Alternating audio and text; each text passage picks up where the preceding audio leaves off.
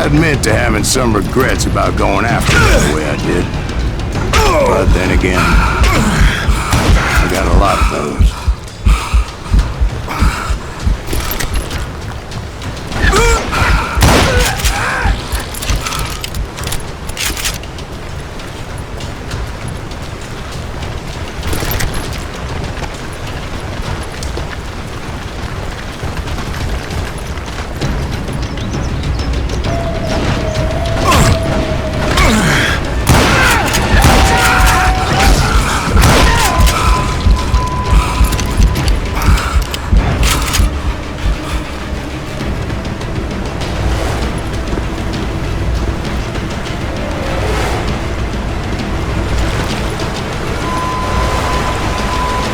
Did you find Grey Wolf?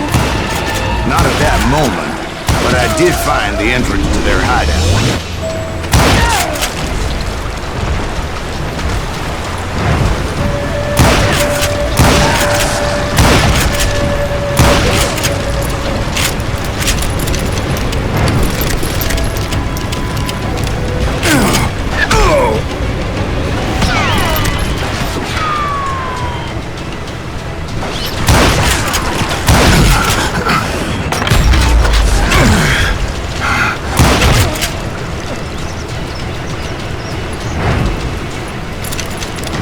Deep crevice that led to a deeper cave. Tell me you went in there. Yeah, but it's not out of bravery so much as pure, angry cussedness.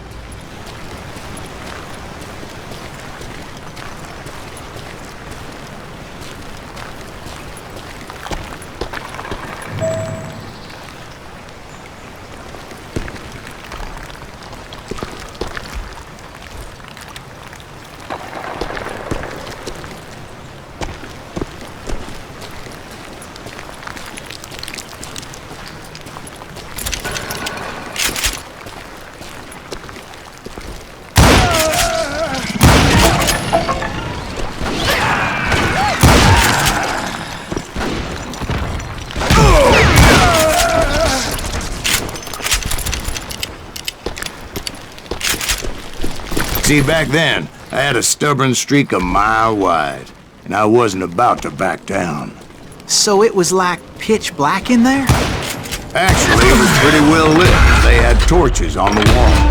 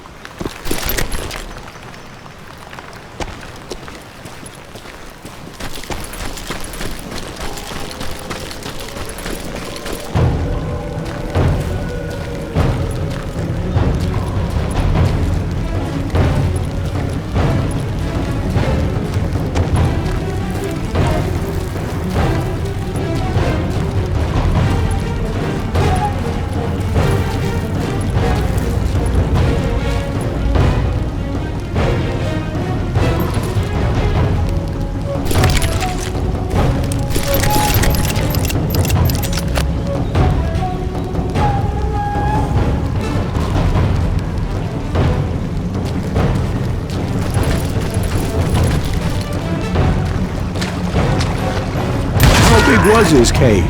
Big as hell, Ben. Chiricahua had hid out there during the Indian Wars.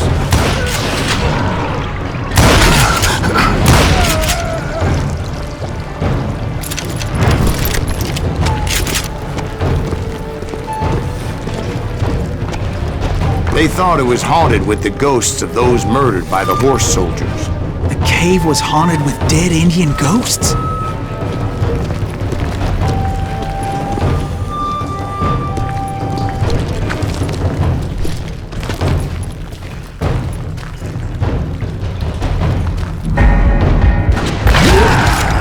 To be honest, I was more concerned with the live ones than the dead ones.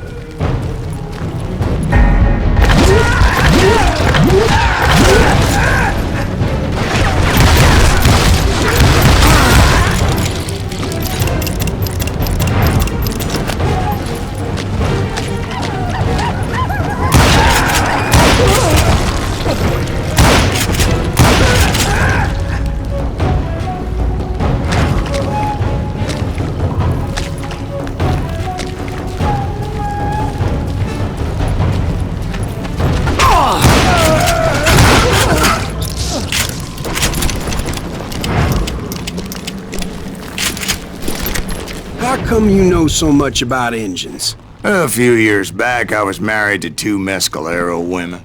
At the same time? Yeah, they were sisters. Polygyny is traditional among the Mescalero. So what happened? Oh, I had to get out of there. Those girls never shut up. Both of them nagging at me all the time. Drove me half crazy. Haven't seen them since. No, I mean, what happened with Grey Wolf? Oh, well, I pursued him into the Cave of Death.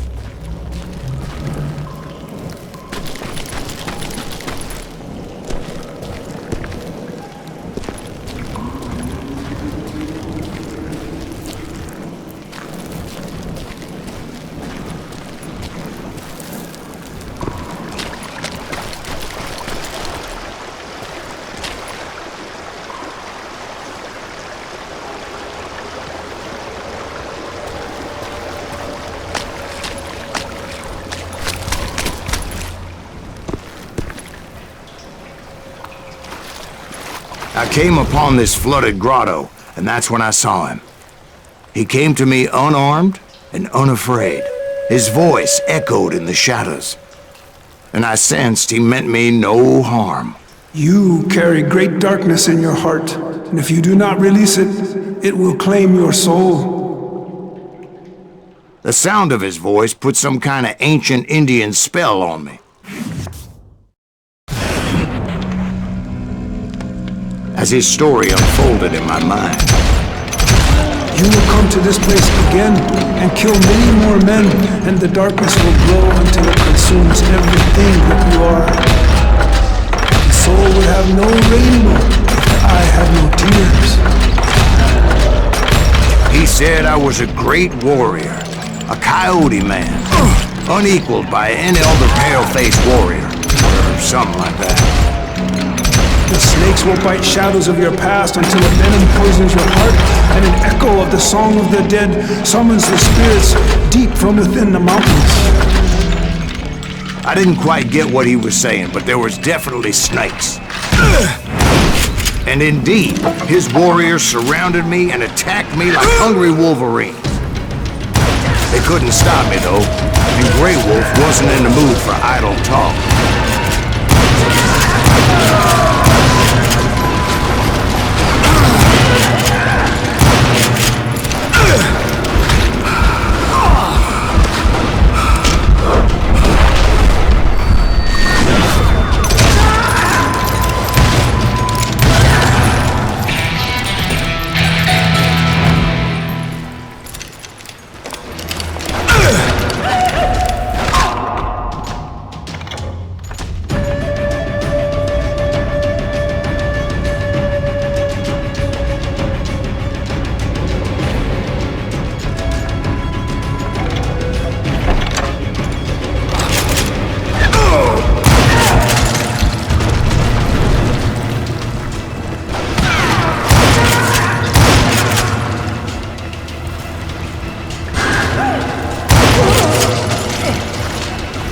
I swear I couldn't see any way out of this trap.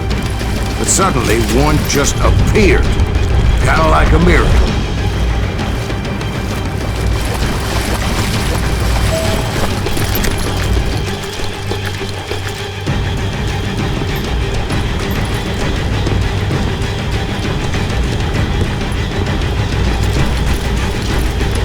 I felt like I would be lost in that damn cave forever.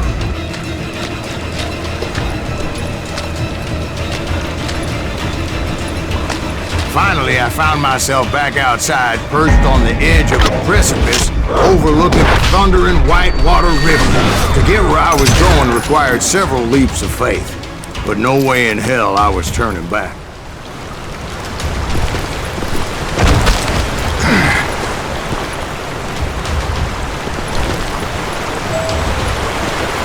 I chased after him, determined to make him explain the meaning of all that mumbo-jumbo.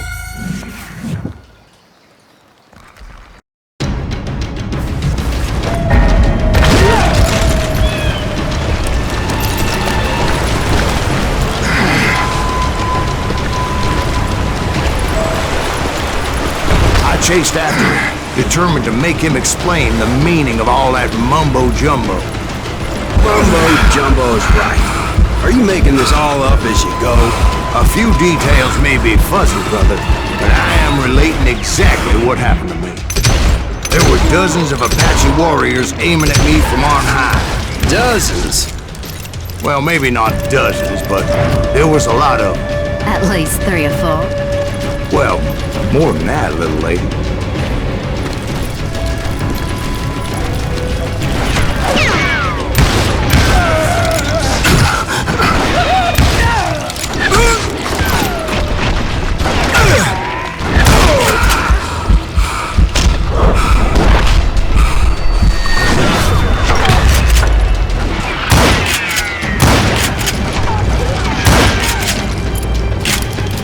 Steep climb up creek ahead of me and scrambled up those rocks like a mountain goat. I was determined to locate Grey Wolf and find out exactly what the hell he was trying to tell me.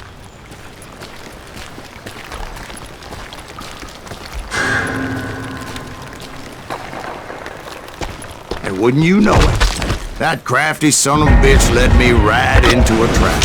What kind of trap? Well, son, there had to be at least 100 Apaches surrounding me. 100? God be my witness. Oh, come on. Who are you kidding? Hey, I believe you. Come on, tell us how it ended. All right, but I'm not gonna drag this out. Where were we? You were surrounded by 100 Apache warriors. Well, I didn't take the time to count them exactly, but there were a lot of them.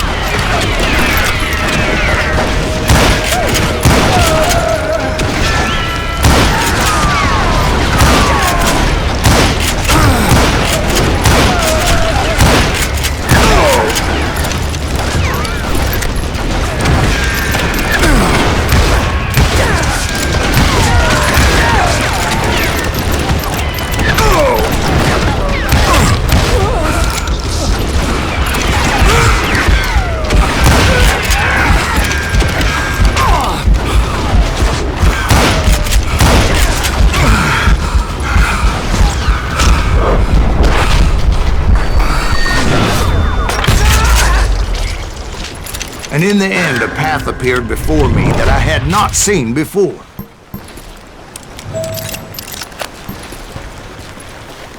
I followed it as I desperately needed to find out what Grey Wolf was trying to tell me. But it was like that son of a bitch disappeared into thin air.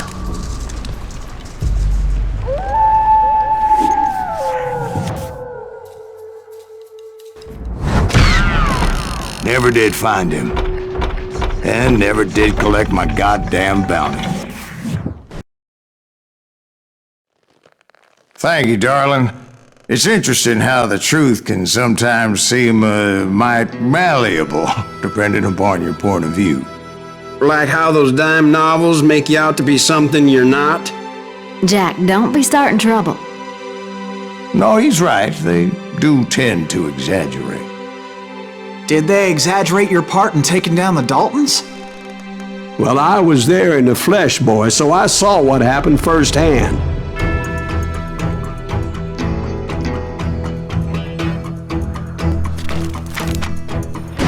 Those Daltons were lawmen once, before they all went bad, robbing banks and trains clear across the territory. Until Coffeeville, of course. I was one of the citizens who took up arms that day. Fighting on the side of right? I did my best, sir. We all did.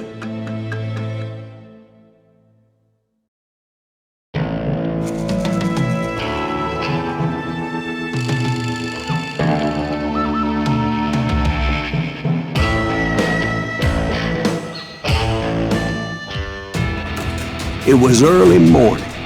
One of my friends was a local gunsmith, and he handed out firearms to anybody who'd take one. You see, the Daltons got it in their heads to rob 2 banks at the same time. 2 banks on the same damn street. The story was Bob Dalton's girl was always riding him about how he had no ambition. Oh, you're nobody next to Jesse James, she'd say. Finally, the bastard took his brothers to Coffeyville just to shut her up. Right. It's always the woman's fault. Well, the locals recognized the Daltons right off. Before they could get away, half the town took up arms to defend their property.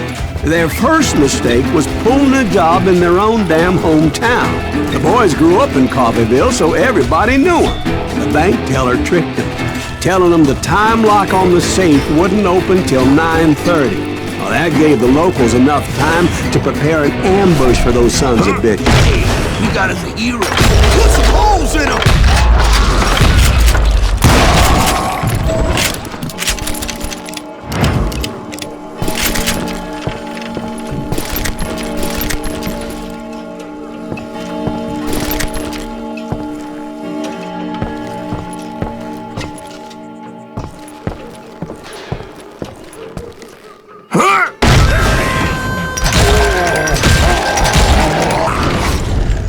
The brothers paid dearly for their stupidity, but everybody knows they had it coming. There's more to it than that.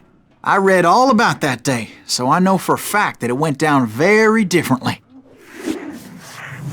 First of all, it was high noon.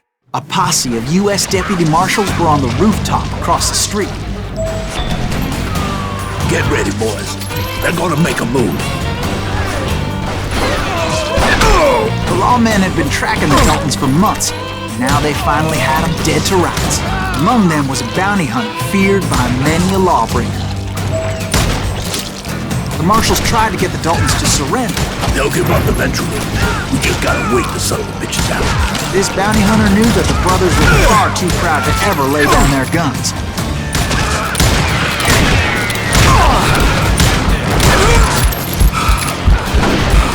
He went in there alone to confront those criminals. One of the marshals shouted, "Where are you going? Are you crazy?" Hey, where do you think you're going, dumbass? That rifle's mine.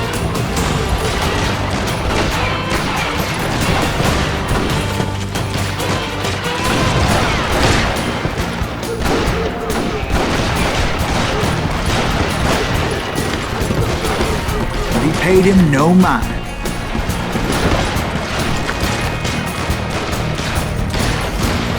He saw a way to get around to the back of the bank.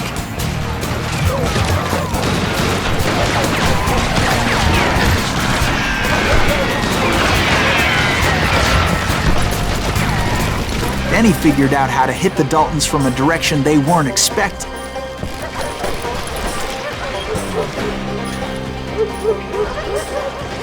From above. Fortunately, a water tower was right there. A moment later, he was climbing up a steep ladder, laughing at danger as he did. It was brave men like him who risked their lives to tame this wild country.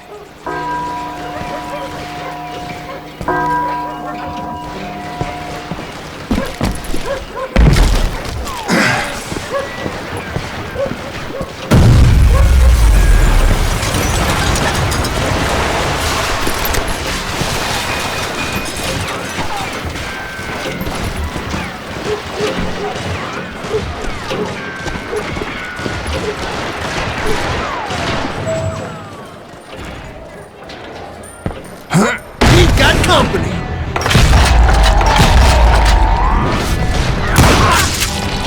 Heroic men like him, who did what other men couldn't or wouldn't to make this country free.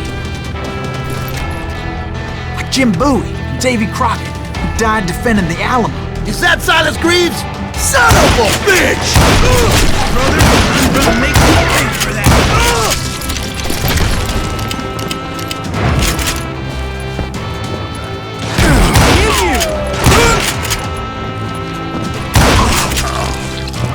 That's right! Run!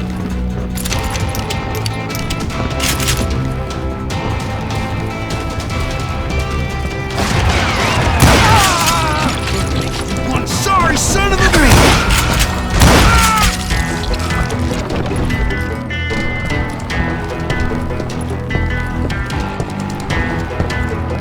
Over there!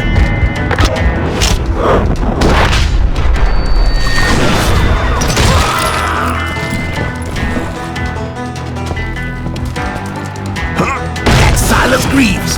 What the hell? Now you're blam, blam! He came away victorious, taking down those thieving Daltons.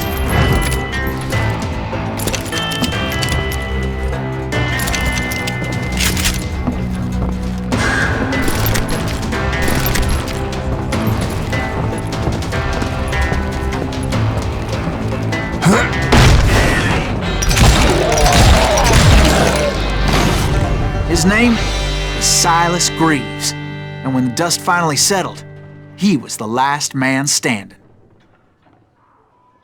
Sorry, kid, but that just wasn't the way it happened.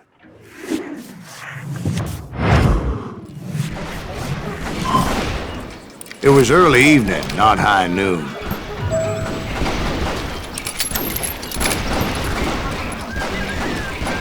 I was late to the party and Coffeyville was already up in arms. The Daltons blew up a safe and were all set to hightail it out of there. Those pathetic deputies surrounding the bank were dropping like flies.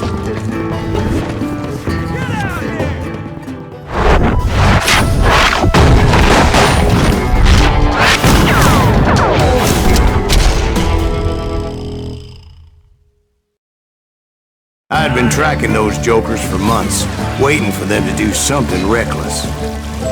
Oh, you are kidding. Finally, they did.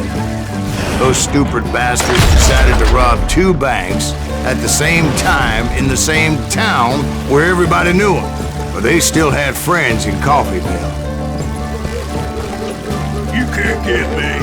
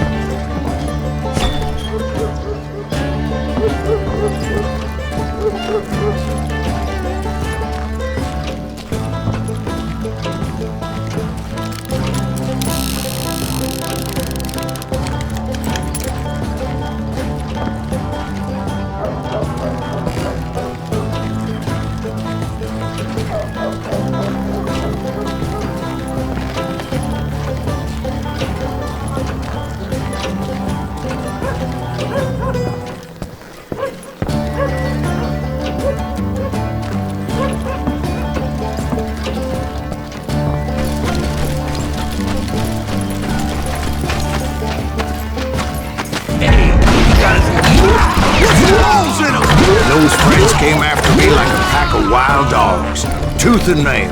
They were coming at me from all directions. I caught sight of the Daltons running with the money and didn't want to lose them.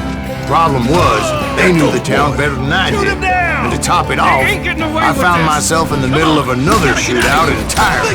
Did the Daltons hold in at somebody's house? No, it was the Smiths, I believe. They were cousins of the Daltons, and they were shooting at the Browns, who were shooting at the Daltons. Which wasn't any surprise, because those two families have been feuding forever.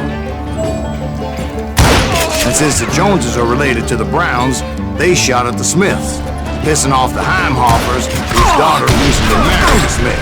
Well, bullets were flying every which way as all the old feuds in Kansas caught fire all at once. There was a hell of a lot of pissed off people in Coffeyville that day. But that's just the way life is sometimes. Shit happens.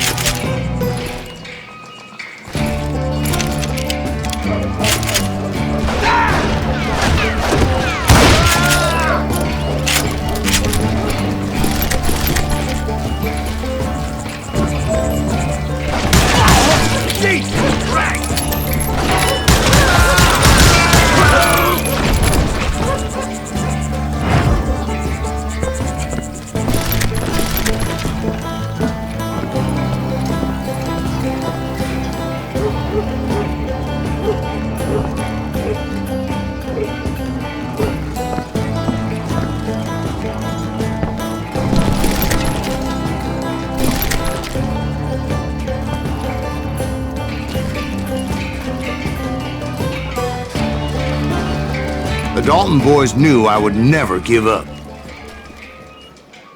Those Daltons weren't the sharpest knives in the drawer, but they always stood together. They set a trap to slow me down and allow at least two of them to escape. The third brother stayed behind to plant me, just in case that trap of theirs didn't work.